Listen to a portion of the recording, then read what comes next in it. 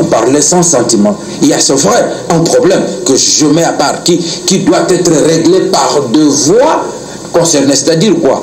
Les confrères ont encore la possibilité, il y a l'inspecteur du travail. Après l'inspecteur du travail, s'il n'y a pas considération. Ils ont déjà trouvé un compromis à l'interne. Les comptes finales ont été payés. Maintenant, les gens, moi, je peux même constater qu'il y a une sorte de règlement de compte, une sorte d'acharnement. Je ne peux pas comprendre d'abord que le père s'occupe de ce problème-là. C'est un problème, c'est-à-dire quoi? Un patron qui est insolvable, par exemple, devant ses travailleurs. Comme nous le sommes beaucoup, nous le patrons. C'est une histoire qui concerne la commission d'éthique et d'ontologie. Très bien. Je ne pense pas. Le vrai problème, on dit, ce n'est pas le problème d'insolvabilité du boss, mais le problème, c'est qu'il a manqué à son devoir, d'abord comme président, et puis comme journaliste, en faisant appel aux éléments de la police pour humilier ses confrères, d'abord, qui sont des journalistes, tout comme ses collaborateurs. Justement, c'est-à-dire dans ce dossier, il y a deux volets. Il y a le volet administratif, c'est le problème d'adhérer et tout ça. Vous-même, patron, aussi, vous connaissez ces problèmes. Voilà, donc toutes nos maisons de presse ont les mêmes problèmes, à quelques exceptions près. Donc, il y avait le volet administratif, le problème ça aboutit par un arrangement à l'amiable, ils ont accepté de sortir et ils sont partis. Mais il y a le volet éthique. En tant que, ça c'est le patron, le volet administratif, ça c'est le patron de presse. Maintenant le volet éthique, c'est le journaliste Kassamba qui n'a pas observé la déontologie du métier, qui nous recommande d'être solidaire. Qu'un journaliste, patron soit-il, appelle de policiers sans mandat pour venir à ridiculiser les journalistes. Est-ce que là il a agi comme journaliste ou bien il a agi comme patron d'une entreprise de presse? Oui, mais il est journaliste d'abord. Il est journaliste. Faudra-t-il qu'on le prouve que c'est Jean-Marie qui a fait appel à la police? La police qui trouve qu'il y a l'ordre public. Non, mais il faut lire la motivation de cette décision.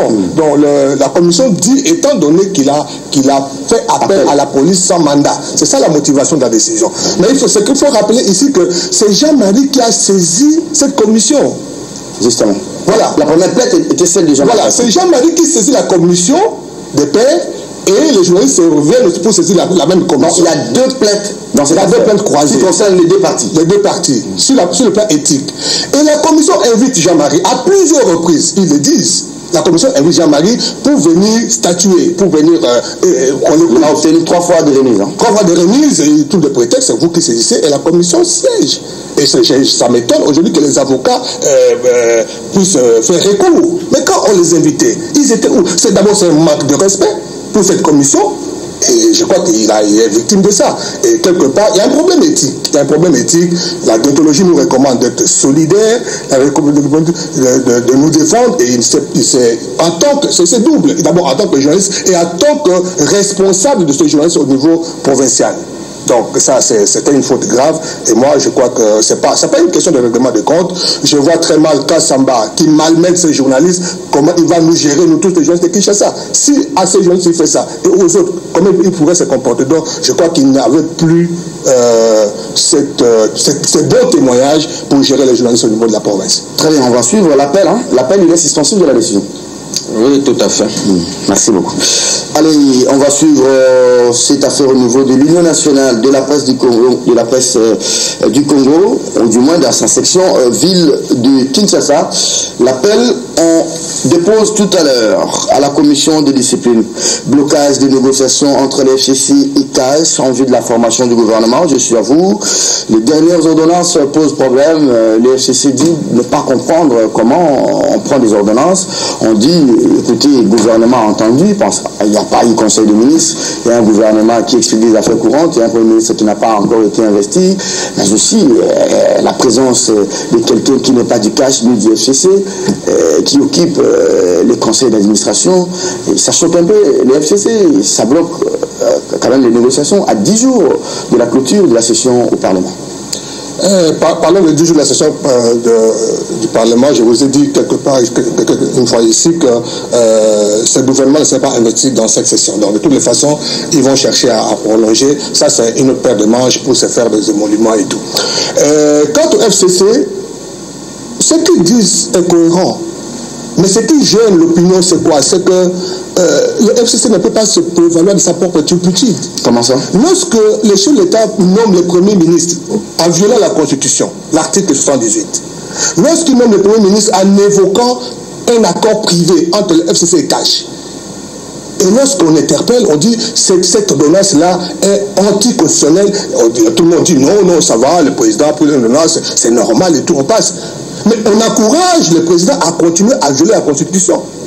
Il a violé l'article 78 en nommant le Premier ministre. Maintenant, il viole l'article 81 en nommant le mandataire public. Mais c'est maintenant que le FCC se réveille. Bon, au-delà de tout ça, mais le FCC a raison quand même. Si les textes étaient respectés, le FCC a raison. D'abord, c'est une tricherie que de dire que le gouvernement a été consulté. Quel gouvernement? Ça, c'est une tricherie. Et de deux, les personnalités qui ont été nommées, notamment Kyungu. Kyungu n'est pas du FCC. Ce n'est pas un message que le président envoie au FCC, que si vous ne voulez pas de moi, je peux me créer encore d'autres alliés. Je crois bien que, on l'a dit, beaucoup d'analystes ont estimé que cet accord-là, ça va lâcher un jour, d'une manière ou d'une autre. Parce que d'abord, ils ne sont pas sincères et c'est parti sur des bases pas très solides. Et ça risque de créer des problèmes demain à la République, parce que ce n'est pas l'affaire de FCC des CACH, c'est une question de toute la République qui est gérée par des privés.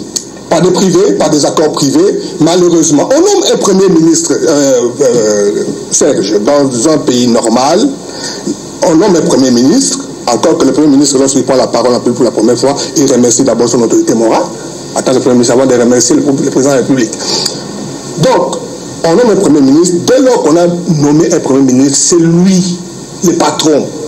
C'est lui qui consulte le parti. Ce n'est pas des gens sans mandat de l'État. Ça, c'est dans une république normale. Voilà. Alors, qu'est-ce qu'on veut, république normale? Lorsque Félix Tshisekedi parle d'un État de droit, je crois que ça ne doit pas être un vrai mot.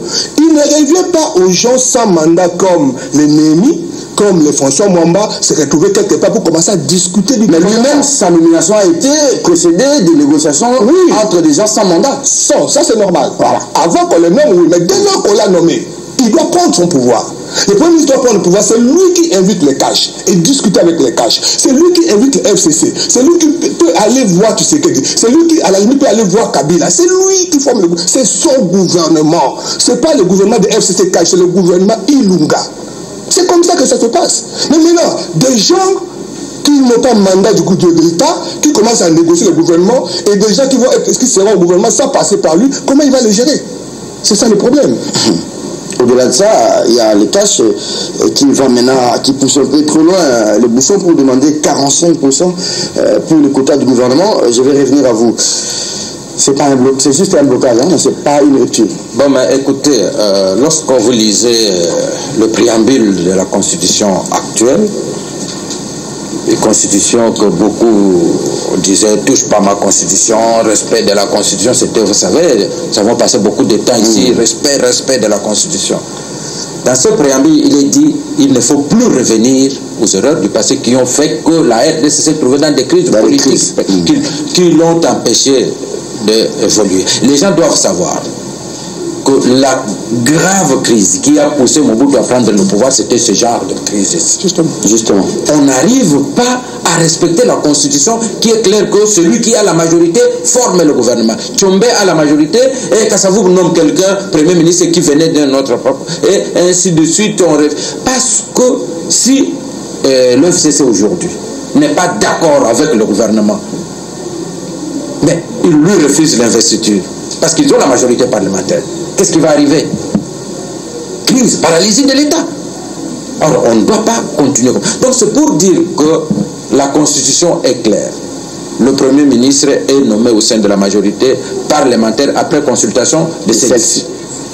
Le Premier ministre conduit la politique du gouvernement et la politique de l'État. C'est lui qui la conduit. Et il est le formateur du gouvernement. Il en est responsable devant le Parlement. Il est le responsable devant le Parlement. Nulle part on apprendrait qu'on a interpellé le président de la République.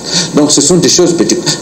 Et nous sommes là dans le cas où on aurait pu se retrouver dans un cas de cohabitation. Cohabitation, ça veut dire quoi? C'est lui qui a la majorité parlementaire à tous les gouvernements.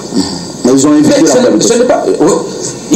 on a connu tous ces genres de situations en France. Oui. Vous voyez l'exemple avec Jospin, entre Jospin et Chirac, et entre Chirac et Mitterrand. Mais là, la démocratie, elle est classique, elle est assise, hein? Mais sinon, ça ne peut pas...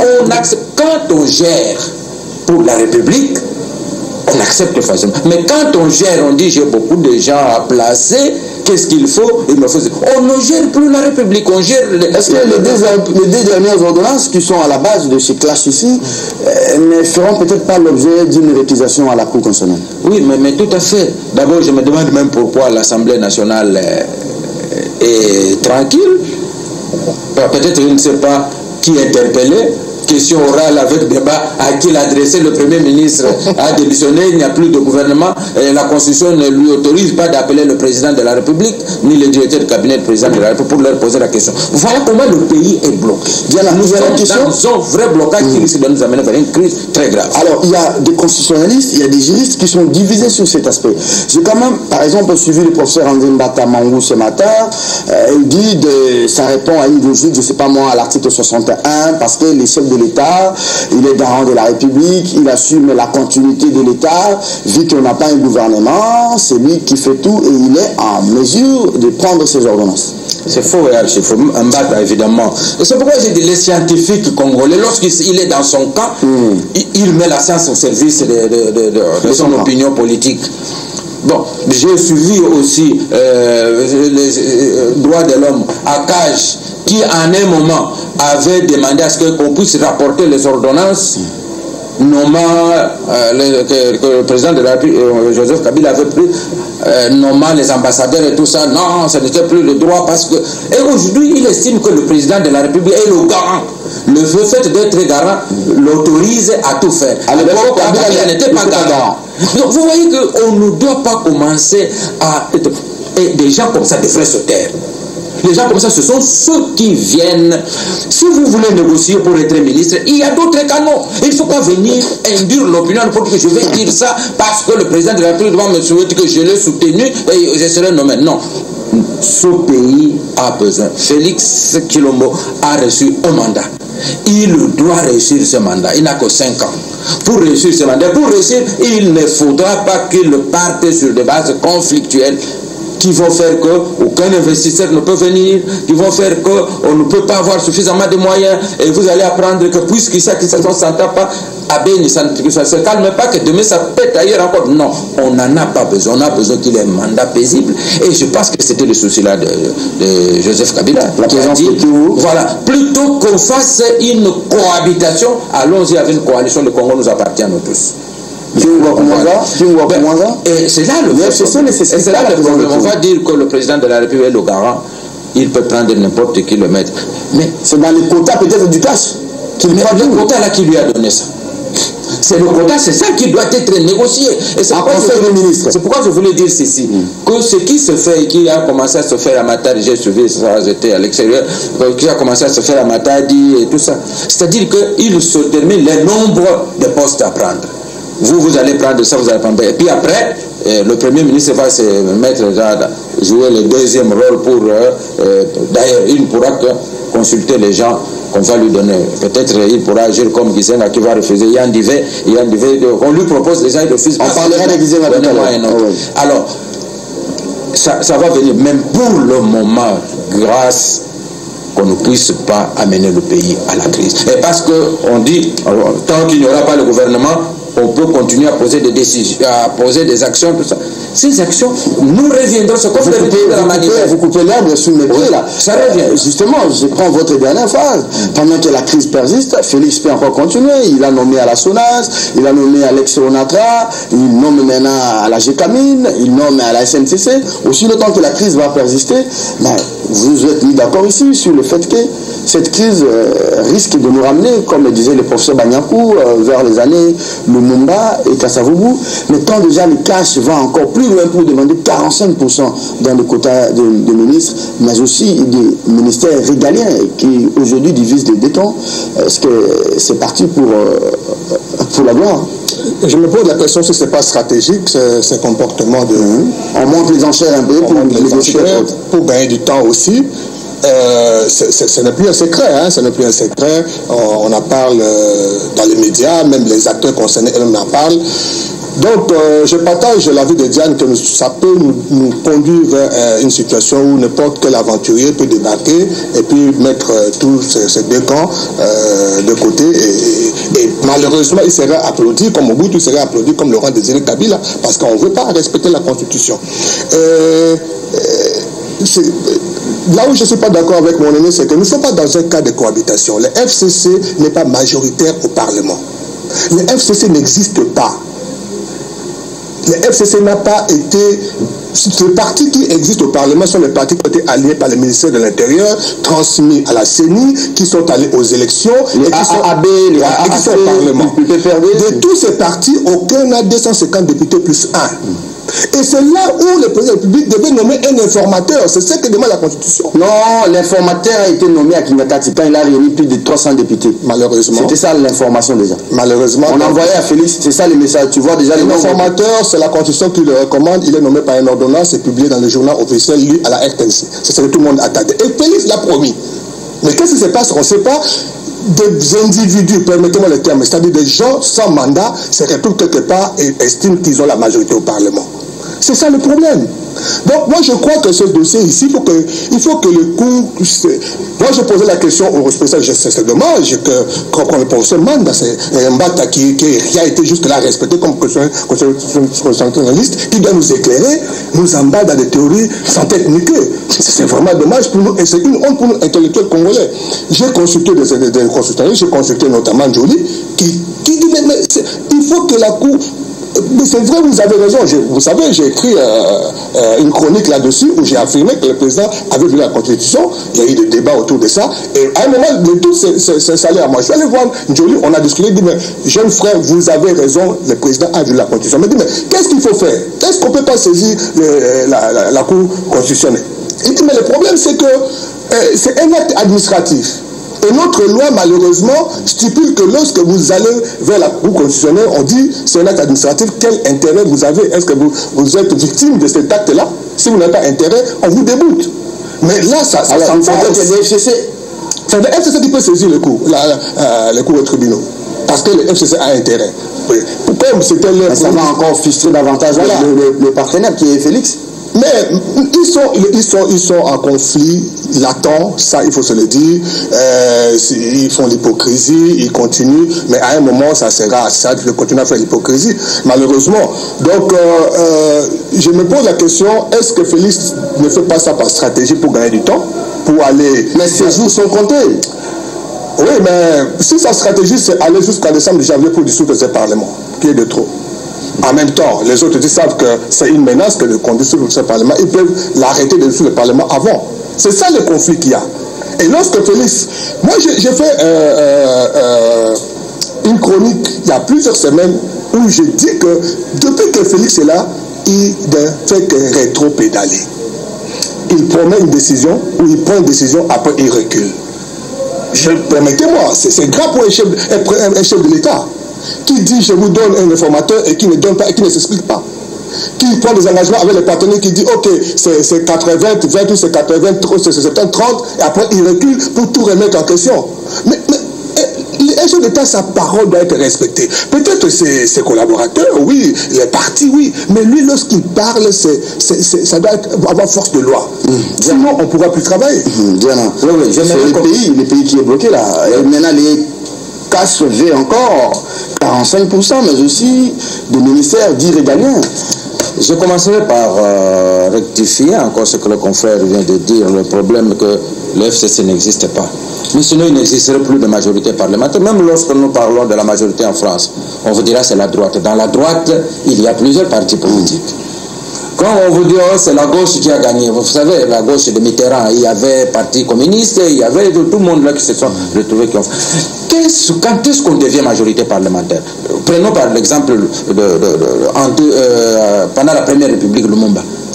Ce n'est pas le MLC, Lumumba qui avait la majorité. Mais ils se sont mis en sa coalition. MLC, Balobakat, PCA Gizenga, CREA Kachamura. C'est pourquoi je parle de coalition et de cohabitation. C'est ce que j'ai dit justement. Cette coalition-là forme la majorité parlementaire. Donc la coalition, la Constitution dit que l'informateur identifie la coalition. Mais justement, arrivons, faisons ça. Vous avez suivi le vice-président du Parlement, Marc Kabouno. Il a dit que l'informateur avait été nommé. Il avait travaillé clandestinement. Nulle part la Constitution dit que l'informateur doit travailler publiquement devant les médias. Il doit se nommer publiquement. On a connu ça dans ce pays. Bon, Charles Mondo. Non, Charles Mondo était nommé publiquement. C'est la Constitution qui le demande. Bon, là maintenant, on avance. Mais la Constitution ne dit pas comment on doit le nommer publiquement. Non. Alors, Diana, on avance alors. Il doit être désigné. Voilà. Alors, vous étiez mis d'accord pour les 30% cash. Mais la cash demande encore 45%. C'est une logique du blocage ou bien nous avançons? C'est ce que j'ai dit, on va vers le blocage. Mais si c'est pour dire que ça fasse au moins 2 ans pour qu'on puisse dissoudre l'Assemblée, pour dissoudre l'Assemblée, c'est un geste, même s'il a des millions, c'est un saut vers l'inconnu. Il faut encore être sûr que Cash va gagner cette majorité parlementaire. Avec la même série de Nangati. Donc, il faut être sûr de gagner. Je pense que ça, c'est un saut vers l'inconnu. C'est lui qui ferait ça.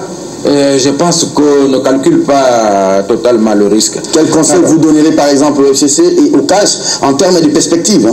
Je dis ceci. Il s'agit de l'intérêt national. Il ne s'agit pas de partage pour satisfaire. Moi, j'ai vraiment beaucoup de gens, je dois satisfaire. Il faut me donner le gros morceau pour satisfaire.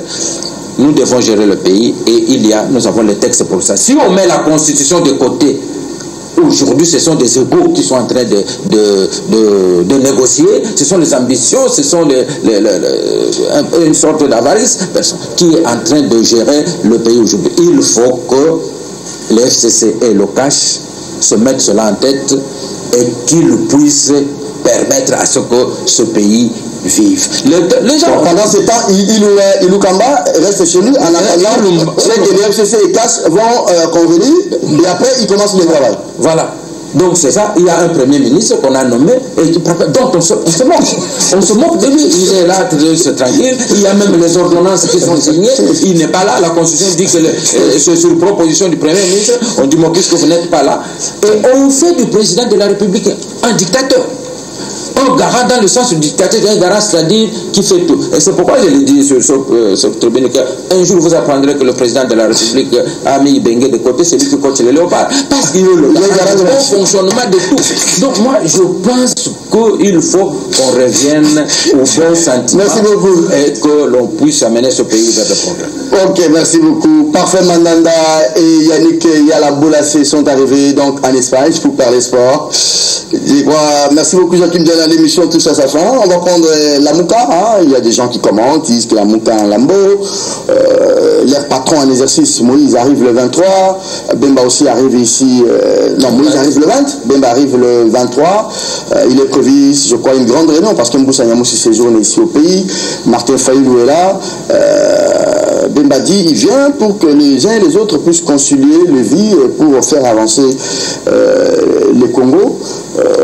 C'est vrai qu'on n'a pas vu Fayoulou à l'aéroport de la Loano pour Moïse Katumbi et les discours développés lors de la conférence de presse à Louchi par Moïse de pouvoir réconcilier Katumbi et comment Félix et Martin Fayoulou a été désapprouvé par certains proches de Fayoulou.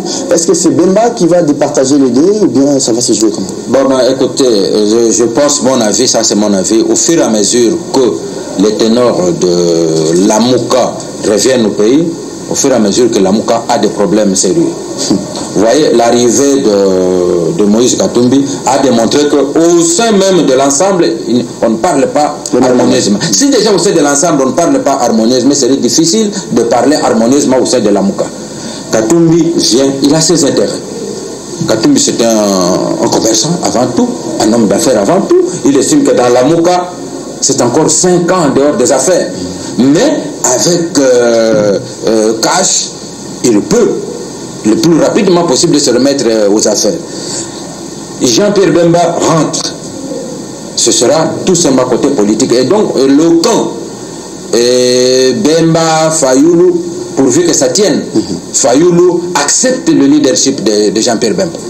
C'est tout à fait normal qu'il doit l'accepter parce qu'aujourd'hui... Non, mais Bemba n'a pas été à la dernière présidentielle, c'était Fayoulou.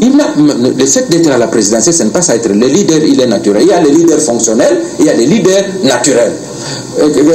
Fayoulou est un peu comme le leader fonctionnel. Quelqu'un on a désigné, vous faites ça. Mais il y a des leaders naturels. Mais lui, il veut capitaliser cela, il veut capitaliser ça. Oui, il n'a encore rien capitalisé. Ceux qui le portent sur les épaules, on dit que celui qu'on porte sur les épaules ne ramasse rien. Il peut voir, mais c'est celui qui le porte qui va changer pour le mettre. Donc, ça a eu le temps.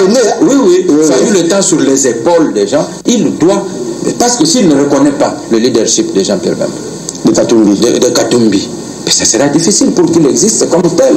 C'est impossible. On pourra danser comme Papa Wemba, emballer le public avec, comme le font les catcheurs et les pasteurs. Ils dansent, vous tombez. Mais ce n'est pas ça qui va durer. Vous aimeriez que Bemba et Katumbi fassent le même déplacement parce que le 20 Katumbi arrive, on mobilise pour Katumbi, le 23 Bemba est là, on mobilise pour Bemba. Pourquoi pas les deux personnalités qui sont d'ailleurs en Belgique puissent prendre le même vol et atterrir les mêmes jours? Je pense qu'il est prévu une grande réunion ici. Hein? Ben, je crois que le plus important, ce n'est pas la mobilisation, le plus important, c'est qu'il rentre au pays. Même si les politiques aiment toujours mobiliser, tout ça, on n'est pas en campagne électorale. Mais il faut considérer quand même que la Mouka, c'est une plateforme plurielle. Ça ne faut pas se perdre de vue. La Mouka, ce n'est pas un parti politique. Et la Mouka n'a pas une autorité morale. Comme le FCC a la chance d'avoir une autorité morale quand les balles... Attendez, Loumé a demandé qu'il y ait des élections au sein du FCC. Il dit, au nom de quoi quelqu'un se réveille le matin, il dit qu'il est autorité morale. Au nom de quoi quelqu'un il est coordonnateur du FCC. Loumé a demandé les élections. Ce n'est pas lui qui a dit qu'il est une autorité morale, ce sont les autres qui se reconnaissent en lui. Oui. Et donc quand les autres respectent, à un moment, vous avez vu Bahati, qui boudait et tout ça, mais il les a appelés tous à Kingakat, il dit, mettez-vous là, signez un accord, voilà. Et tout le monde s'était. Mais la Mouka est plurielle, chacun a son parti. C'est normal qu'on puisse avoir dans cette plateforme des extrémistes, et c'est normal qu'on puisse avoir des réalistes. Il n'y a pas de textos de nous c'est normal, c'est tout à fait normal, mais ce qui est avantageux, ça peut être une faiblesse pour la Mouka d'être plurielle, mais ce qui est avantageux pour la Mouka aussi, c'est que c'est l'opposition, c'est l'incarnation de l'opposition aujourd'hui, et qu'ils ont, par rapport à tout ce qui s'est passé, ils ont la majorité de la population congolaise derrière. Et ça, c'est un soutien. Est-ce que nous risquons d'avoir deux Lamouka du genre, un Lamouka progressiste avec le Katumbi qui disent nous faisons une opposition républicaine, reconnaissons, et vous avez un autre Lamouka avec les durs comme le Bemba et Fayoulou. Est-ce que vous voyez ça? Pas plusieurs Lamouka, mais pour avoir plusieurs courants dans la Mouka. Et ça, c'est normal. Alors, Ndiaye l'a dit ici, Katumbi, c'est quand même un homme d'affaires, c'est un affairiste, il voit des opportunités, s'il faut attendre 5 ans, c'est trop, et il veut être réaliste, il veut collaborer, le temps est donné, il y a déjà les Kungu qui sont là, qui sont en train d'entrer, vous avez vu, beaucoup même les Sessanga qui sont prêts peut-être à collaborer, donc... Katumbi nous a dit à Lubumbashi, il répondait à une question de la conférence de presse, il ne veut plus des opportunistes dans sa plateforme Ensemble pour le changement, il veut en faire un parti politique. Et là, il dit c'est ça, on a répondu, il dit si c'est ça, nous allons quitter. Mais ça aussi, c'était une erreur de la part de Katumbi. Il doit conditionner les membres de sa plateforme pour que chacun dise, il revenait au chef de parti de dire nous fusionnons nos partis. Mais lui qui vient pas d'autorité à dire on fusionne les partis, c'est pas son. Mais quand il parle de ce Katumbi chercher les financements là, il demande aux instances de leur parti. Non, mais c'est pas son parti. Même s'il donne 2 millions, mais c'est pas son parti. Merci beaucoup, Josué Adolphe Voto. Mais j'aurais bien voulu que vous puissiez commenter cette phrase de Bemba. Elle me paraît assez ambiguë.